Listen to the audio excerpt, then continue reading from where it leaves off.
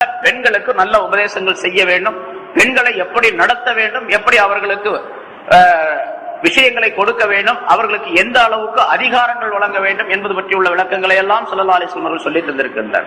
சரி, அந்த கருத்துக்களை கொஞ்சம் அல்லாஹ் தஆலா இந்த வாசகத்தின் மூலமாக குறிப்பிடுகின்றார்.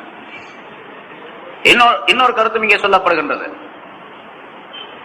யா ஆதமுஸ்குன் அன்த வ ஸௌஜுகல் ஜன்னah, ஆதமே நீயும் உம்முடைய மனைவியும். இப்ப ஆதமே என்று கூப்பிட்டு உம்முடைய மனைவியும் நீரும் குடியிருப்பீராக அப்படி சொல்லல. இந்த வாசகத்துடைய அல்லாஹ் தஆலாவுடைய கலாம் இருக்குது, அதுல ஒவ்வொரு அமைப்பும் கருத்துக்குரியது, பல்வேறு விதமான கருத்துக்களை தெரிவிக்கும். அதை மக்கள் இதையும் குறிப்பிடுறாங்க. ஆதமே உம்முடைய மனைவியும் நீயும் போய் சொர்க்கத்திலே குடியிருப்பீராக அப்படி சொல்லல. ஆதமே நீயும் உம்முடைய மனைவியும், முதல்ல ஆதமே நீயும் உம்முடைய, இரண்டாவது மனைவியை சொல்றான் அல்லாஹ் தஆலா, அன்த வ ஸௌஜுக, நீயும் உம்முடைய மனைவி.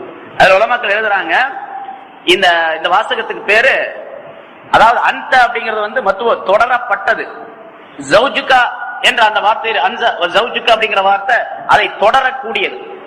தொடரப்பட்டது சொன்னா முன்னால் இருக்கக்கூடியவர். இப்ப இமாம் இருக்காரு பாருங்க, இமாம் தொடரப்படுகின்றவர். பின்னால் இருக்கக்கூடிய முக்ததிகள்லாம் தாபியீன்கள், தொடரக்கூடியவர்கள். அது மாதிரி ஆதமி நீ எப்படி இருக்கணும்னா, நீ முன்னால போகணும், உன் மனைவி பின்னால வரணும். உன்னுடைய மனைவி உன்னை தொடர்ந்து வரக்கூடியவராக இருக்க வேண்டும்.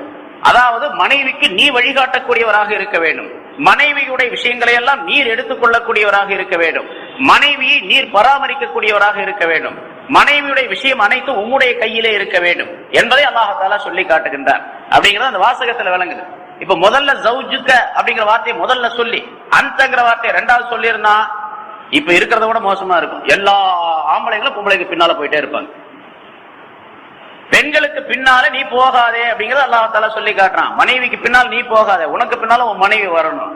ஆமா, ஸ்கூட்டர்ல போறியா, அவளை ஓட்ட சொல்லி நீ பின்னால உட்கார்ந்துக்காத, நீ ஓட்டிக்கிட்டு அவளை வேணா பின்னால வச்சுட்டு போ அப்படின்னு அல்லாஹ் தஆலா சொல்றான். அதான் தாபியா மத்பூங்கிறது.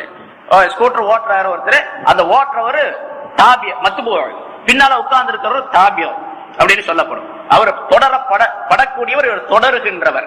அதே மாதிரி அந்த ஆதம் அலைஹிஸ்ஸலாம் அவர்கள் தொடரப்படக்கூடியவராகவும் அவருடைய மனைவி தொடருகிறவராகவும் பின்னால் தொடர்ந்து செல்லக்கூடியவராகவும் இருக்க வேண்டும் என்பதையும் அல்லாஹ் தஆலா வலியுறுத்துகின்றார். அதே போன்று முன்னால் சொல்லிட்டோம், அதாவது ஆண்கள் தான் பெண்களுடைய எல்லா விதமான காரியங்களுக்கும் முன்னோடியாக வழிகாட்டியாக இருக்க வேண்டும் அப்படிங்கிறது.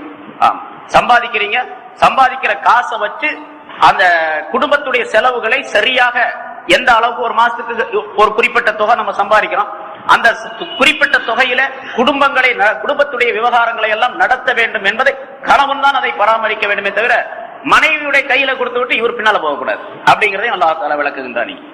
மனைவியுடைய கையில கொடுத்துட்டு இவர் எதிர்பார்த்துக்கிட்டு நிக்கிறது, அடுத்தாப்புல ஒரு டீ காசு கூட, பஸ்ஸுக்கு போகணும் காசு கூட, அப்படி ஒவ்வொரு நாளைக்கு காசு கேட்டு வாங்கிக்கிறது, இதையும் செய்யக்கூடாது என்பதை அல்லாஹ் தஆலா இங்கே விளக்குகின்றான். இப்படி